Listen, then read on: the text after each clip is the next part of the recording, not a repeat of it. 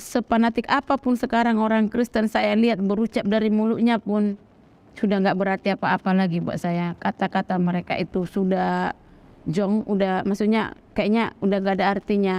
Karena apa? Lebih dari itulah saya dulu, toh nggak ada artinya. Ternyata semua itu tidak berarti apa-apa, dan inilah kebenarannya. Inilah kebenarannya. Saya jadi pengikut pengikut Allah. Saya itu memenuhi panggilan Allah itu luar biasa gitu. Bahkan anti banget sekarang dengan Kristen. Sampai teman saya yang Kristen mengatakan apa?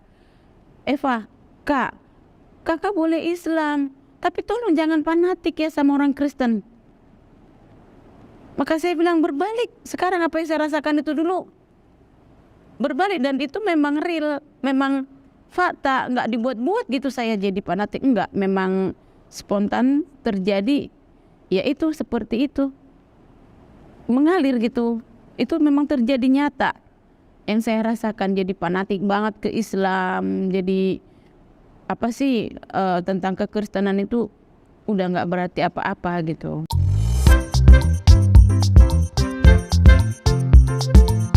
Assalamualaikum warahmatullahi wabarakatuh. Kembali lagi di channel Adama Entertainment, channelnya tentang video Islam dan juga kisah mu'alaf. Sebelum mulai, jangan lupa untuk like dan juga subscribe ya. Tanpa panjang lebar, ayo kita saksikan. Assalamualaikum warahmatullahi wabarakatuh. Sahabat ngaji cerdas, perkenalkan, nama saya Osefa Doharta Simanungkalit.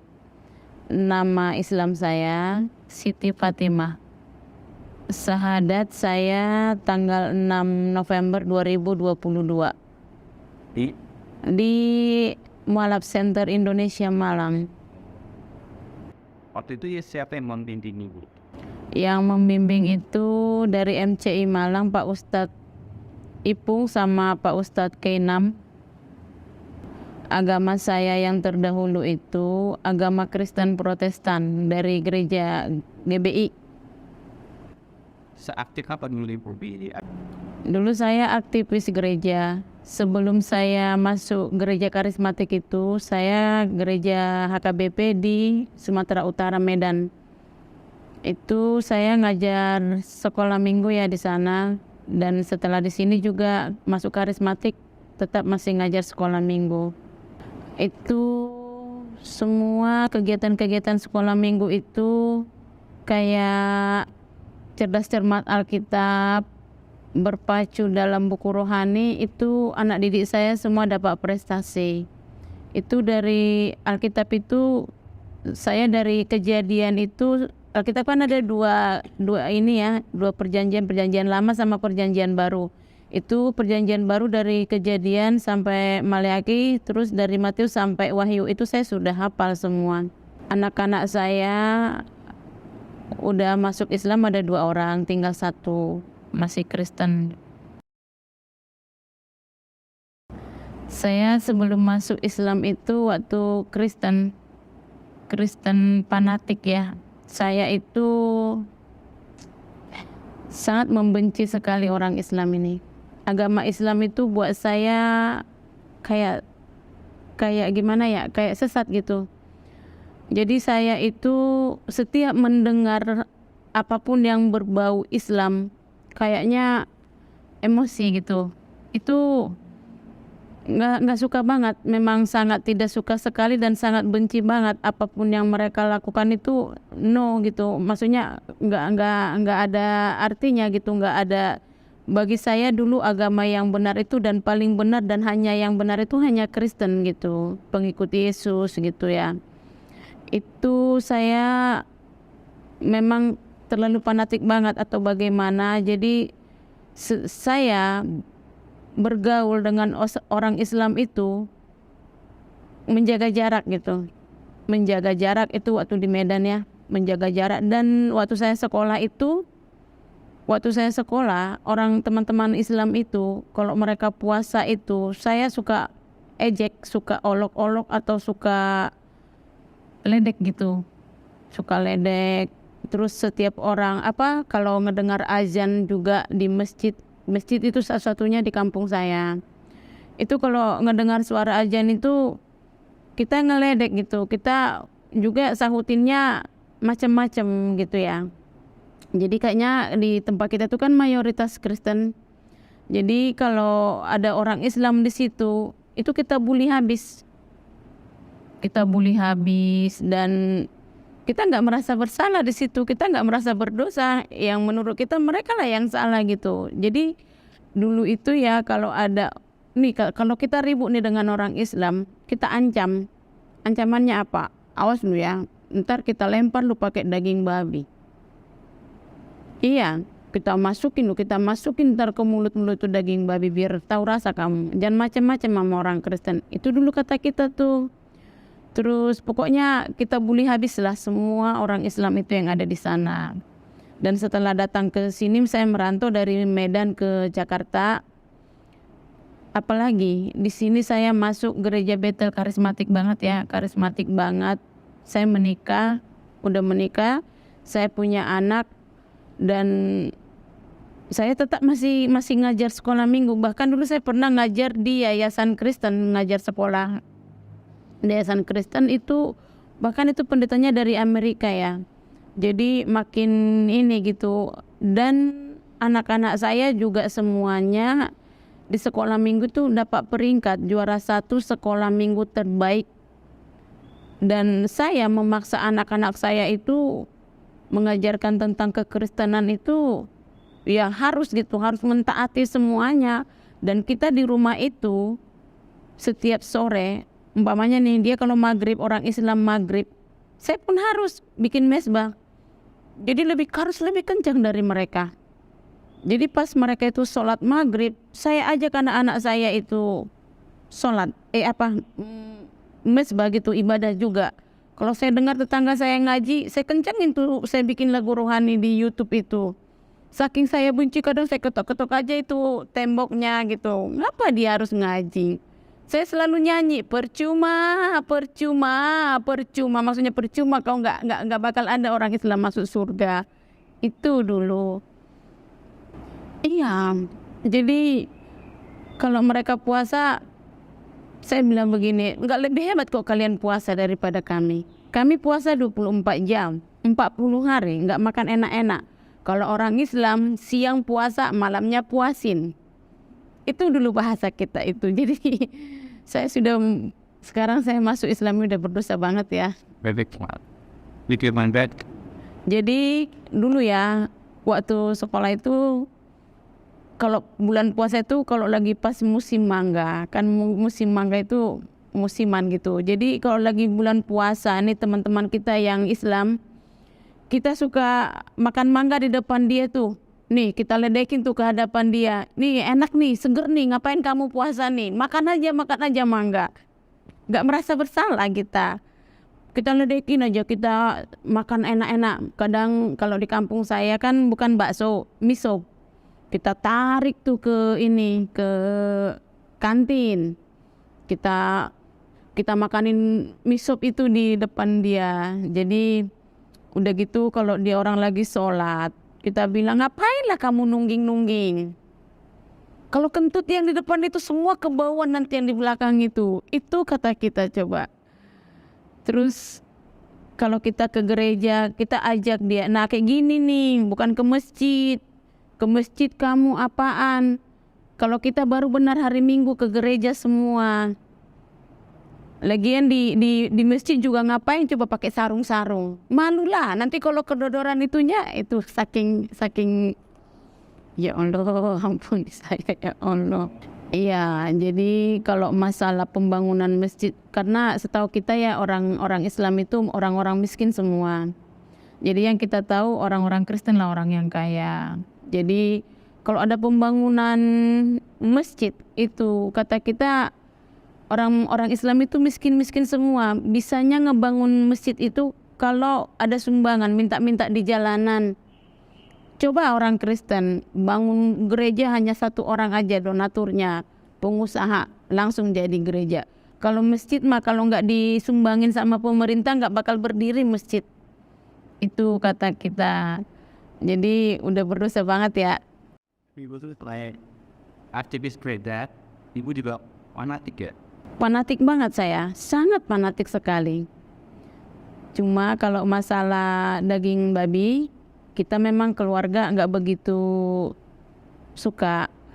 Terus saya selain aktivis di gereja itu ikut ikut muda-mudi di gereja itu kayak paduan suara gitu ya. Jadi eh, apa teman-teman saya orang Islam itu, coba kamu orang Kristen kan suaranya bagus-bagus semua.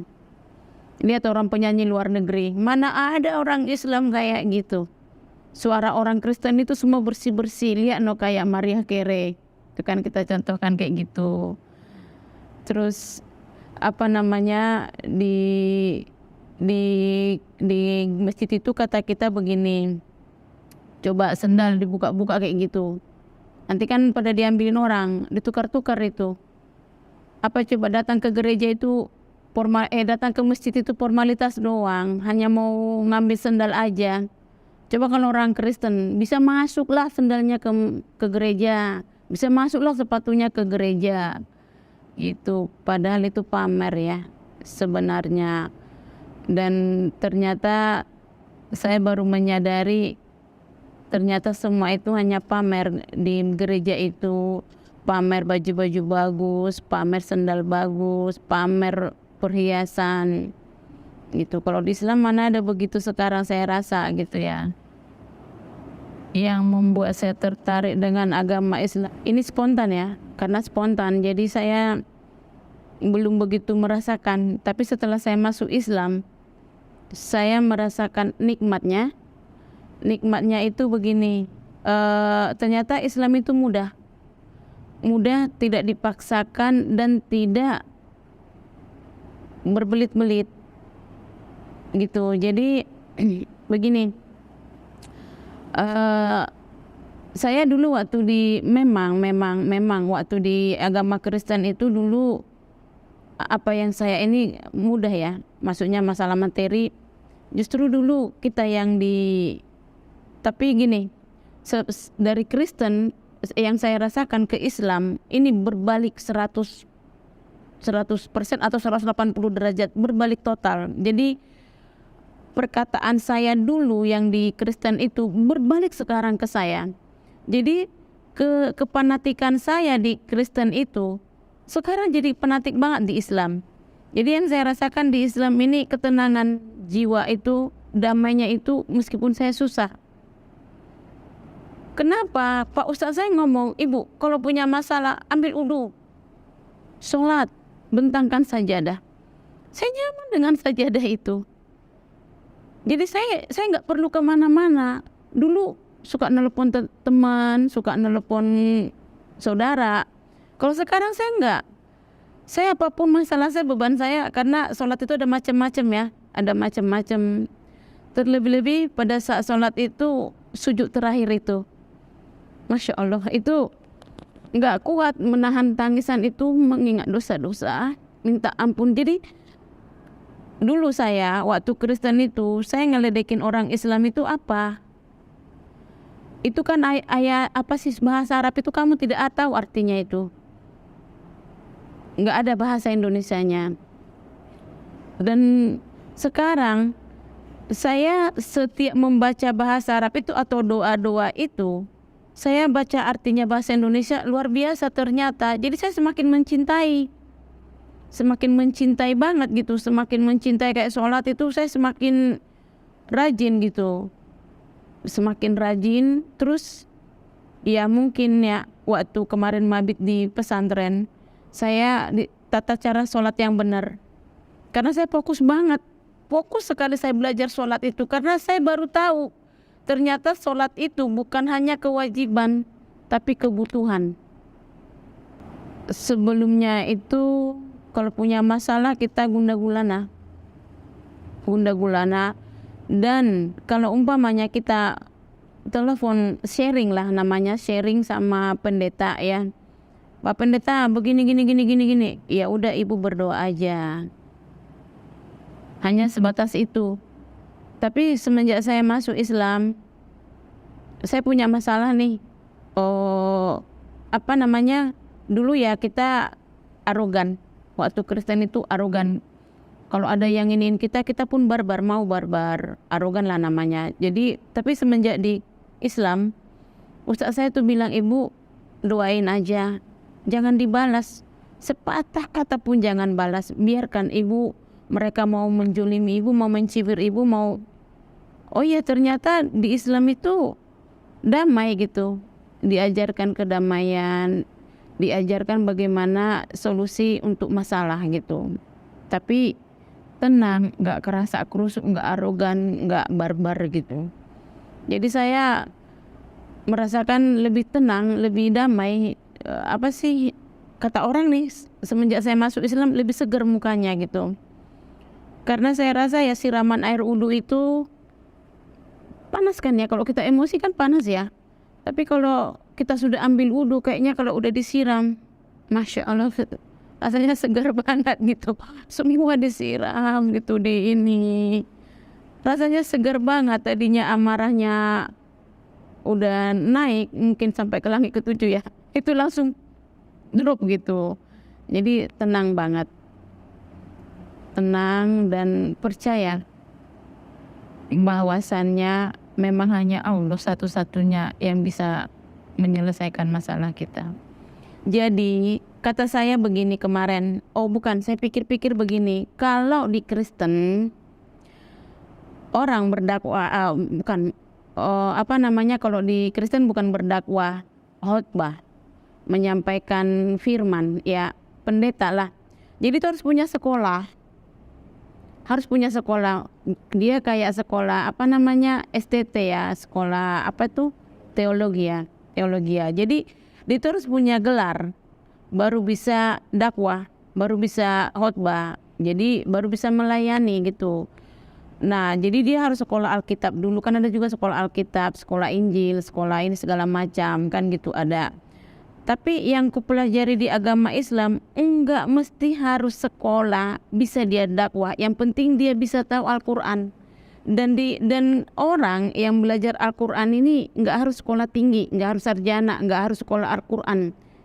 Kita mau tua, mau muda, mau perempuan, mau lelaki, mau anak kecil, mau dewasa pun, yang penting kalau ada maunya belajar Al-Quran bisa.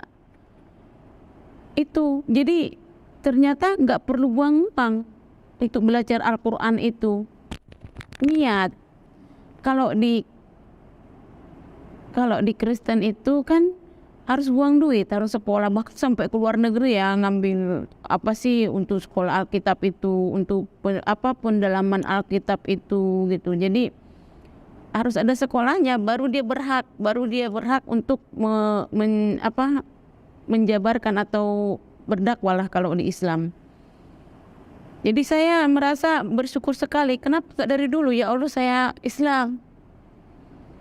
Kerinduan saya itu, saya kalau lihat pendakwah perempuan itu, ya Allah, apa saya bisa kayak dia berdakwah. Akan saya saksikan semua gitu. Saya juga pengen gitu, orang-orang yang tidak tahu kebenaran, biar tahu. Bahkan di sini ada orang Batak, beberapa orang di sini yang sudah mualaf karena menikah. Saya ajak ikut pesantren, ikut pembinaan, biar tidak terbengkalai. Karena saya juga pengen mereka, saya sudah merasakan di pembinaan itu ya. Ya Allah, saya dibina dari Al-Quran, surat hadis itu luar biasa, itu dari nol, dari zaman Nabi Adam itu dikulas habis semua. Jadi saya jadi tahu semua nabi-nabi itu apa segala macam perjalanannya. Dan Al-Quran itu apa, surat hadis itu apa, saya udah tahu sekarang gitu. Jadi luar biasa memang. Sekarang saya tahu kebenarannya, yang benar mana, yang nggak benar mana. Jadi ke anak-anak saya juga, saya selalu berusaha, ayo belajar, ayo meskipun hanya ikro ya, jujur ikro kita memang belum tamat, belum seberapa lah, tapi kita masih berusaha belajar terus. Bahkan bukan kita mau ujung, bahkan orang yang sudah berapa tahun masuk Islam, kita udah bisa lomba dia ikro itu. Jadi saya begini, saya orangnya penasaran. Jadi setiap hal yang saya pelajari itu, semakin penasaran saya, semakin pengen saya tahu, pengen banget saya tahu gitu. Sama kayak sholat itu, kalau sholat subuh begini, kalau sholat zuhur begini. Jadi saya makin penasaran. Jadi saya, apalagi kalau zikir ya, kayaknya tenang benar hati. Ternyata begini zikir, artinya zikir itu ini. Gitu, meskipun nggak fasih, saya nggak apa sih, bahasa Al-Quran itu masih ini banget ya. Tapi alhamdulillah saya senang sekali kalau habis sholat itu selalu zikir gitu. Perasaannya waktu itu emosi ya, emosi bahagia. Ya Allah, saya menangis terharu, itu menangis itu saya luar biasa sekali. Pas saya kayaknya tenang gitu, gimana sih, kayaknya plong kayak beban itu kerasa keangkat gitu. Loh kok begini, pikir saya, loh emang selama saya waktu Kristen itu apa jadi beban. Pas syahadat itu disaksikan banyak orang, itu berapa ustadz di situ, yang ustadz yang dari Amerika yang mualaf, dia udah dibikin marga tobingnya, orang Batak juga itu yang syahadatin saya. Itu luar biasa gitu. Saya melihat mereka semua itu di situ semua yang mualaf, orang-orang hebat loh. Lalu saya merasa, lah saya ini siapa gitu, kok mereka aja orang hebat aja percaya gitu. Jadi mereka aja cinta, apalagi saya gitu. Jadi saya merasa lebih tenang, dan saya merasa lebih berani. Nanti kalau saya pulang, saya waktu mau syahadat itu belum pakai kerudung. Selesai syahadat itu saya tidak buka kerudung. Dari turun dari bis, saya jalan sampai ke rumah itu, orang memperhatikan saya semua. Itu Mama Kevin beneran? Itu Mama Kevin beneran pakai kerudung? Sampai satpam di pabrik itu juga nanya, itu beneran kok pakai kerudung? Bahkan nyampe di rumah pun anak-anak saya terkejut semua. Kok Mama pakai kerudung? Iya kan Mama Islam. Dan 4 hari setelah saya syahadat, saya putuskan untuk memakai hijab. Saya dagang, dan di situ banyak sekali tragedi. Karena apa? Karena saya dagang nasi matang itu, konsumen saya kebanyakan orang saya Sumatera dan orang Kristen. Dan mereka nunjuk-nunjuk saya, kok kamu pakai kerudung? Kamu udah gila ya? Masih lurus enggak ini? Masih waras enggak otakmu? Akal sehatmu masih ada enggak? Saya hanya nanya, saya kan orang Islam. Ya, saya harus menjalankan perintah Allah. Orang Islam itu kan harus pakai kerudung, harus menutup aurat. Seminggu setelah saya syahadat, saya ikut pengajian. Heboh semua. Sampai bikin status. Heboh sejagat raya. Benar-benar heboh. Itu Mama Kevin beneran. Dan ada orang datang ke rumah, nanya, Mama Kevin, emang kamu benar tadi pengajian? Iya. Di mana? Di musola RT 2. Ini, di sini. Terus, kamu beneran? Bahkan yang orang Islam aja nanya, bukannya tadi kamu fanatik banget? Kok bisa? Kamu beneran nih masuk Islam? Kok bisa? Bukannya kamu anti sama orang Islam? Saya malu nggak? Tapi saya jawab apa? Bismillahirrahmanirrahim. Alhamdulillah. Bahkan saya datang ke masjid, ke musola ini pun pengajian, teman saya dagang, nanya 2 orang, ngapain kamu di sini? Saya mau nangis. Saya bilang, kenapa kamu bukannya bilang alhamdulillah? Kenapa kamu nanya saya dari sini? Banyak sekali yang orang Islam sendiri pun, kamu ngapain pakai kerudung? Ini benar nggak kamu nih? Benar nggak kamu nih? Awas ya kalau kamu macam-macam. Sakit kan? Berbalik berarti dulu bagaimana saya menghujat orang Islam itu, saya sekarang dihujat gitu. Saya pakai ini, tapi saya udah siap semua itu karena saya menyadari itu dulu semua. Saya nggak sakit hati, saya nggak pikirin itu. Tidak saya pikirkan semua itu, hujatan-hujatan orang itu tidak saya pikirkan. Saya merasa bersyukur. Saya bilang terima kasih loh sama orang yang menghujat saya. Terima kasih. Kalau kamu tidak menghujat saya, kalau kamu tidak jolimin saya, saya tidak akan meningkatkan kualitas ibadah saya. Mungkin saya tidak akan melakukan sholat 5 waktu, bahkan nggak hanya 5 kali saya sholat. Sekarang apalagi sudah sunnah, saya sudah belajar sunnah, sholat sunnah, tahajud, duha, sholat tobat, sholat witir. Masya Allah, itu saya nggak berat menjalankan itu semua gitu. Meskipun karena apa? Ustaz saya pernah ngomong, jangan memberikan waktu tersisa sama Allah. Saya berpikir, kalau saya tidak mengutamakan Allah, bagaimana Allah akan mengutamakan saya? Sama anak-anak saya juga, saya selalu ingatkan, sholat itu adalah makan dan minum semua umat manusia. Kalau kamu tidak sholat, kamu akan kelaparan terus. Sholat itu bukan hanya kewajiban, tapi kebutuhan nafas, makanan dan minuman kita. Jadi saya selalu rindu untuk sholat. Jadi kalau saya sudah mendengar azan, saya cepat-cepat gitu, ya Allah saya jangan sampai ketinggalan. Saya semangat.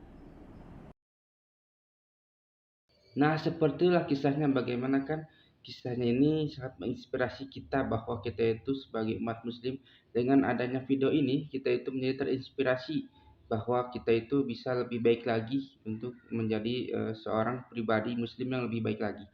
Dan dengan video ini juga mungkin kalian juga yang mungkin non muslim ya, yang menyaksikan ini, kalian juga mungkin ada gambaran seperti apa bahwa agama Kristen itu tidak selalu misalnya benar ya, karena banyak juga kontradiksi di sini, bahwa agama Kristen, agama non Islam misalnya gitu ya, jika orang-orang mereka itu mualaf itu karena apa, kebanyakan itu mereka itu tahu bahwa Islam itu adalah agama yang benar, agama yang lebih masuk akal daripada agama-agama lainnya. Dari mana kita itu bisa tahu hal itu ya, karena kita mempelajari Al-Quran dan mempelajari agama Islam gitu. Kita itu harus terbuka, harus berpikir terbuka, harus maksudnya kita itu harus mencerminkan bahwa kita itu sebenarnya itu Indonesia itu emang toleransi ya, tapi ketika kita dihadapkan dengan sesuatu agama gitu ya, kita harus mengkaji, misalnya agama Kristen seperti ini, agama Hindu seperti ini, agama Islam juga seperti ini, dan berbeda-beda ya, karena di Indonesia itu banyak banyak sekali agama ya, tapi kebanyakan di channel ini adalah tentang agama dari non muslim ke muslim, dikarenakan agama Islam adalah agama yang paling sempurna di dunia ini. Sampai akhir zaman pun Al-Quran itu berkata bahwa Allah itu akan menjaga Al-Quran sampai hari akhir. Nah, semoga yang menonton video ini bisa terinspirasi ya, dan semakin kuat lagi imannya, terutama agama Islam ya. Dan jika yang nonton adalah non muslim juga, kalian cobalah untuk berpikiran terbuka dan seperti apakah Islam dan sebagainya. Jangan sampai kita itu banyak kan ada seperti Islamofobia dan sebagainya, tidak suka kerudung, tidak suka pengajian, tidak suka apapun yang padahal kan kita menjalankan agamanya masing-masing. Bagi kalian yang belum subscribe juga ya, silakan itu subscribe dan juga like dan juga komentar ya, agar kita itu bisa bersilaturahmi, agar kita itu, karena di kolom komentar ini ya, di channel ini kebanyakan itu agama muslim dan non muslim itu suka ada ya, dan suka ada yang membalas dan sebagainya. Dan jika kalian suka, jangan lupa untuk like, comment, dan subscribe ya, dan nantikan video saya selanjutnya. Wassalamualaikum warahmatullahi wabarakatuh.